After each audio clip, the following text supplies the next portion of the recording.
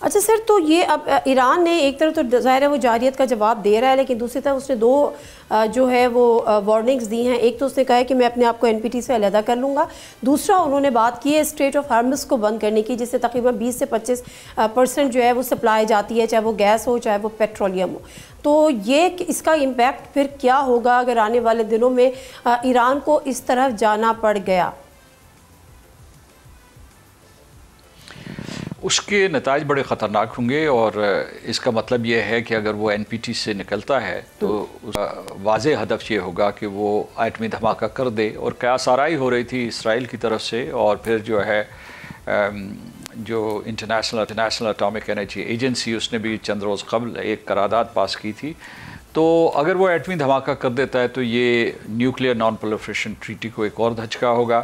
اب تک جو روس اور چین نے بیانات دیے ہیں سلامتی کونسل میں، انہوں نے کہا کہ اب تک ایران جو ہے انہوں نے ایک قسم کی شہادت دی ہے کہ اس کے وہ نیوکلیئر ہتھیار یا جوہری ہتھیار حاصل کرنے کی کوشش نہیں کر رہا تھا۔ آپ یہ درست کہہ رہے ہیں کہ جنگ کا دائرہ اگر وسیع ہو گیا اور اسٹریٹ آف ہرموز میں چلا گیا اور ساری خلیجی ریاستوں کو اس نے لپیٹ میں لے لیا، تو اس کے بہت خطرناک نتائج ہوں گے۔ اسی لیے جو کراؤن پرنس سعودی عرب کے انہوں نے بہت سے رابطے کیے ہیں۔ ایک تو خیر ان کے امریکی صدر سے بات چیت ہوئی، لیکن اس کے علاوہ انہوں نے برطانیہ کے وزیر اعظم کیئر سٹارمر اور جو ترکی کے صدر اردوان سے بھی گفتگو ہوئی ہے۔ تو اس وقت جو ہے سفارتکاری متحرک ہے۔